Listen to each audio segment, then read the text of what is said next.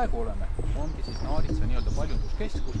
Seal tagapool natukene lähme korraks linna ka, on ligikaitse uuringute labor, uus hoone. Ja kõik see, mis siin on olemas, on tegelikult ainult ühel eesmärgil, selleks, et midagi teha selle liigi osas, mida me oleme harjunud nimetama Euroopa naaritsaks. Soome keeles on tal vesikko, saksa keeles on European nuts, hispaania keeles on Visondi kuidagi niimoodi täpselt, ma ei mäleta. Ja prantsuse keeles on enam sama küll.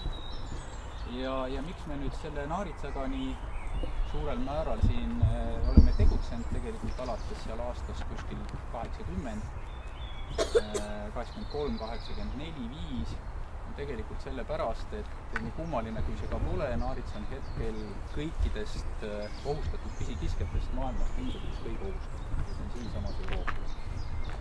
Miks ta nii ohustatud on, et sellest ohustatuseks skaalast ettekujutust anda, siis kunagi see liik oli kuskil Uurali mägedest kuni siis sinna Hispaania kirdeosani levinud ja Soome poolest kõrgusest kuni siis Alga Musta mereni levinud.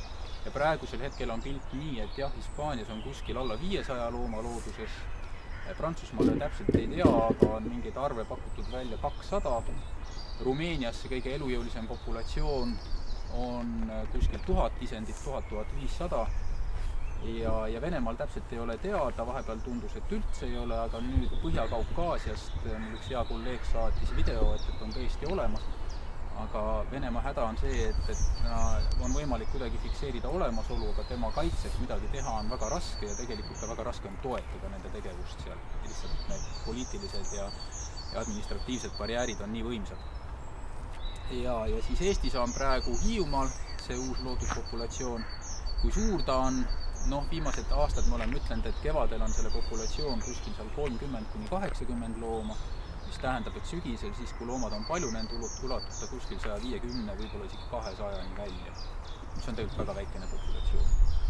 Ja mis on naljakas, et kunagi nõukogude ajal üks Venemaa teadlane Dmitri Ternovski laskis naaritsaid välja sellisele saarele, Kuriili saarestikus nagu Kunašir. Ja tükk aega me ei teadnud, mis tema seisund oli. Ja 2 aastat tagasi järsku Venemaalt me saime paar pilti rajakaamerast, et tõepoolest sellel saarel on naarits olemas, see on kaugel, peaaegu 10 000 kilomeetrit loomulikust areaalist väljapool on naarits olemas. Mis ta seisund on, kuidas ta seal olemas on, mitte mingit informatsiooni meil ei ole, aga me vähemalt teame, et ta on olemas.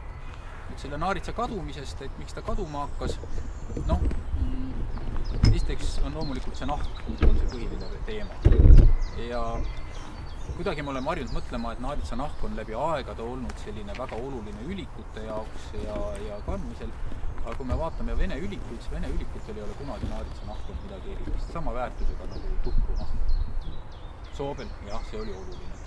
Aga mis juhtus seal kuskil eelmise sajandi alguses, juhtus see, et jänkid leidsid selle võimaluse, kuidas Ameerika naaritsat farmides pidada ja sealt karusnahka saada.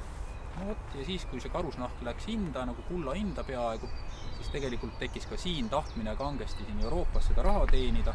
Algselt prooviti Euroopa naaritsaid farmis kasvatada, see täielikult ebaõnnestus, need liigid on väga-väga erinevad. Ja siis ei jäänud midagi muud üle, et hakati ju loodusest järjest rohkem püüdma. Surve läks suuremaks, sarnased liigid, tegelikult arvati, nad on üks ja sama liik sellel ajal.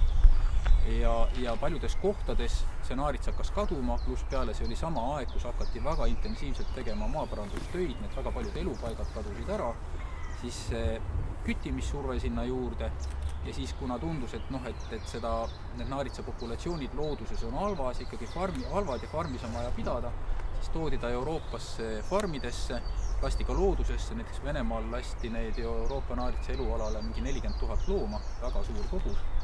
Ja selle tulemusena siis tekkis loodusesse see metsistunud mingi populatsioon. Mink on elujõulisem, suurem, plastilisem ja kõikides selles situatsioonides, mis neil looduses on, ta tavaliselt tõrjub Euroopa naaritsa talle sobivatest elupaikadest välja. Ta läheb kehvematesse elupaikadesse ja vaikselt hääb, kusjuures see protsess võib olla hästi-hästi kiire. Ja siis me hakkasime kuskil 80ndate keskpaigas selle liigiga tegelema, sest Venemaal oli see informatsioon hästi teada, kui kehva on see olukord. Euroopas, Lääne-Euroopas oli ta nii ammu unustatud liik, et nad olid üldse ära unustanud, et neil selline liik olemas on.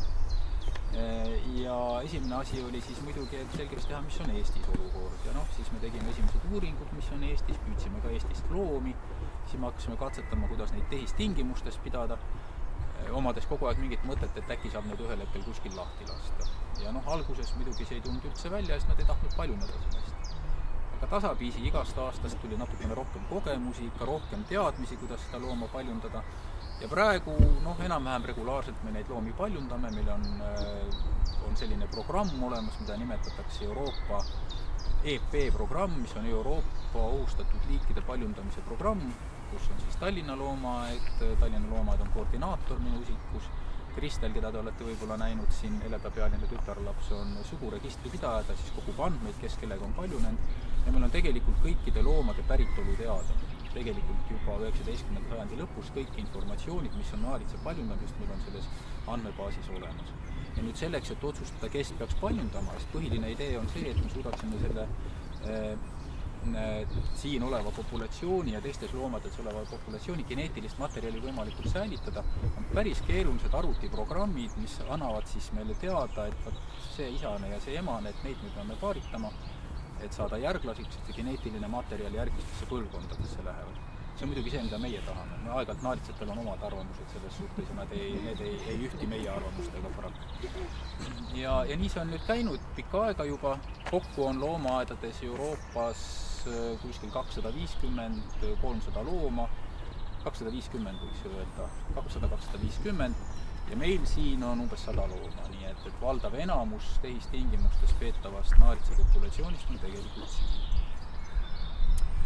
Siis, mis ma veel teile räägin? Ühel hetkel meil tekkis ikkagi mõte, et me peaksime Hiiumaal hakkama populatsiooni looma. See oli kuskil eelmise sajandi 98. aastal, me otsustasime kõigepealt tuleb mink välja püüda, selle me püüdsime välja, see oli omaette päris naljakas lugu, kuidas me selle hakkama saime, sest et mingid olid olemas, endal ei olnud kogemust ja ma teadsin, et minu Valgevene kolleeg Vadim Sidorovitš on tõeliselt hea oskustega, ta tegelikult oli ka vana salakütt, nii et oskas seda püüki väga hästi, teadlane samal ajal väga paljude teadustööd autor. Ja siis mõte oli nii, et tooks ta siia, aitaks ta meid välja. Aga kui nüüd hakata mõtlema, et Hiiumaale tuleb mingi nii Eesti seisukohalt vaadates mingi Valgevene jurakas, kes hakkab püüdma ja sellest raha saama, mätte ei lähe käiku see asi, eks ju, kohalikud kindlasti oleks vastu. Ja siis me tegime nii, et me andsime kohalikele jahimeestele võimaluse püüdma hakata. Ja nad proovisid 13 kuud ja lõpus tõstsid käed üles, et seda ei ole võimalik lihtsalt saavutada. Seda meil oli tarvis. Me saime Vladimir loomulikult tuua kohale ja algselt nad hakkasid see Valgevene mees tuleb nii ja teeb midagi ära. Kui ta oli 3 nädalat koha peal, ütles see mees püüab pistamist välja. Kui sa ikkagi tead, kuidas välja püüda, siis sa saad sellega hakkama. Ja tegelikult oligi nii, et enamik sellest Hiiumaa populatsioonist me võtsime välja 1,5 kuu jooksul. Pärast seda oli umbes aasta aega oli kontrollimist, kas midagi on järgi jäänud, rohkem kui aasta aega ja aastal 2000 hakkasime need naaritsid siis Hiiumaale lahti laskma. Ja selle lahtilaskmisega oli muidugi niimoodi, et see oli esiteks suur unistus, et me saaksime seda teha. Ma mäletan, mul kogu aeg kummitas meeles sellist Armstrongi kuu peal astumise ütlus, et väike samm minule, aga suur inimkonnale, et minule peab see mõte, et ma esimesed naaritsid lahti lasen, et see oli väike samm mulle, aga väga suur naaritsale.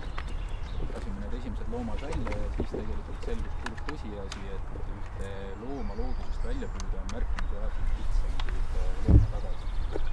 Tegelikult aastast 2000, nüüd siis 3 aastat tagasi me saavutasime esimest edu, me oleme kogu aeg loomi lahti lasknud, olnud vahepeal väga suures frustratsioonis, et me ei saa asjadega hakkama, jälle proovinud erinevaid meetodeid, sest et neid saab liiga palju loodusest süüa. Midagi ei ole teha, need loomad, kes siin on sündinud, nad on ju niisugused naiivsed, see on umbes sama kui võtta kedagi, kes elab suurlinna korteris ja panna ta kuhugi Siberi ürgmetsadesse elama, tõenäoliselt ellujääv ei ole väga suur, eriti kui tal ei ole osutust ellujääv. Ja nii ta tegelikult ongi kogu aeg olnud, et me oleme katsetanud igasuguseid asju, kuni siis lõpuks me jõudsime õige meetodini, kuidas seda teha ja aastast siis, mis ta nüüd on, 3 aastat tagasi, mis ta tuletab kuskil 15, eks ju, natukene varem, tegelikult võiksime öelda, et meid on kogu aeg edu saatnud. Hiiumaal on populatsioon hea, see aasta oli hästi külm talv, seire käis läbi meil, me proovisime neid loomi püüda, et teada saada, et kui palju on looduses sündinud looma ja kui palju on loomaaiast pärit. aga ööd olid nii külmad, et me saanud loomi püüda, nagu lõpuks ära külmad. Ja tänu sellele me saime nüüd viimasel hetkel kätte ainult 4 looma, nendest 4 loomast 3 tükki olid looduses sündinud ja üks oli see, kes oli tõesti siis kunagi lahti lastud, nii et üldiselt nende looduses olevate loomade osakaal on väga suur. Ja teeme nüüd nii, et jalutame natukene sinnapoole. Ma seletan, mis siin on. Need on tegelikult... Jah, loomulikult. Aga mis te nende loomadega teete, mis lähevad inimesi juurde? Oi, see on üks keeruline teema ja see on üks naljakas asi, et neid hakkab järjest rohkem olema. Siin oli see Hiiumaal või kui läks söötlusse? Ai, see oli hästi tore lugu. Sellest ma võin pikalt rääkida. See oli Puulaiu pitsarestoran ja pitsarestorani omanik, soomlane, helistab ühel hetkel, et tal on mingi must loom, eks ju, kes tuleb, lööb jalaga ukse lahti ja nõuab süüa. Mis ta ka peale hakkab? Läksime kohale, ongi naarits. Ei, ma ei läinud kohale, aga mulle helistati, et selline asi on, eks ju, et mis teha. Ma ütlesin, et püüdke kinni, viige minema. See oli umbes see aeg, nagu praegu natuke hilisem aeg. Helistatakse mulle, püütakse loom, et loom on kinni, et viivad ära ja ma hakkasin järsku mõtlema, et kurjam, et see on emane loom, ütlesin, et teate, vaadake, kas tal ikka lisad on, et äkki tal on pojad kuskil seal. Püüdsid kinni, vaatasid, ongi lisad. Siis pole midagi, laske tagasi lahti samasse kohta. See soomlane oli just selline inimene, kes nagu kipub rohkem armuma kui tapma, eks ju, nagu ma ütlen, loomadesse suhtumised.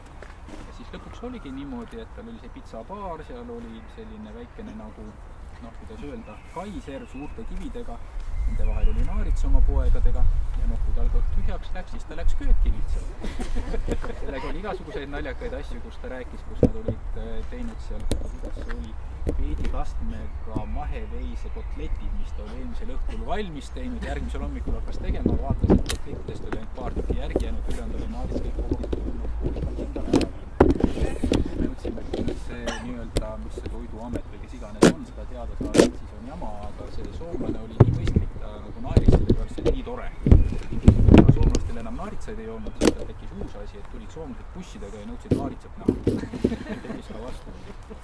Nii et see oli üks hästi-hästi huvitav seiklus, lõpuks me ikkagi pidime nad ära viima, sest tal oli ka see komme, et kui inimesed väljas sõid, eks ju, siis ta ei kartnud, inimesi oli looduses, siin loomajas sõidil tema loom oma poegadega, et ta tuli ja võttis näiteks inimestel toidu ajal kahvli ära laua peale, lihtsalt terroriseerima. Lõpuks me püüdsimegi kinni, teeme nad siia tagasi, neil enam lootusi ei olnud mõtet lasta, ta peaks täpselt samamoodi hakanud käituma ja nendest poegadest osad jäid siia ja osad läksid tegelikult Hispaanias, Prantsusmaale. Need olid vadajad loomad, nii et pojad läksid Prantsusmaale. Aga samamoodi on olnud ka mujal, et nad lähevad näiteks kanu muutma. Riik saab maksta kompensatsiooni selle eest, aga häda on see, et seda raha kätte saada, sellega läheb ikka pole palju aega, et tavaliselt inimesed jõuavad käega, et need kanad, eks ju, et läks nii ja Hiiumaa inimesed on üldiselt mõistlikud. Selleks, kui mõistlikud nad on, mulle tuleb selle alguses, kui me läksime Hiiumaale, siis loomulikult tahtsime kõikide kohalike arvamusliidritega, ütleme siis nagu läbi rääkida, et meie pool oleks, et nad kuulasid ära, nuputasid pead ja ütlesid, et jah, võib küll. Ja pärast kuulsin teiselt poolt, mis nad omavahel olid arutanud, näinud, kui lollid tahavad midagi taolist, las teevad, meid see ei häiri, eks ju, ja oligi nii, et lasid meil rahulikult selle asjaga peale hakata, aga praegu üldiselt nad on minu arust päris rahul, et see projekt on seal olemas ja need loomad on seal olemas. Nii palju ütlen veel selle loodusosa pealt nagu juurde, et kui nüüd vähegi õnnestuks, siis tahaks ikkagi Saaremaal veel korra proovida. Aga see sõltub rahadest, mul on olemas üks hea inimene, kes oleks seda tööd suuteline tegema, sest inimesed on kõik asjad inimesed. Väga-väga oluline.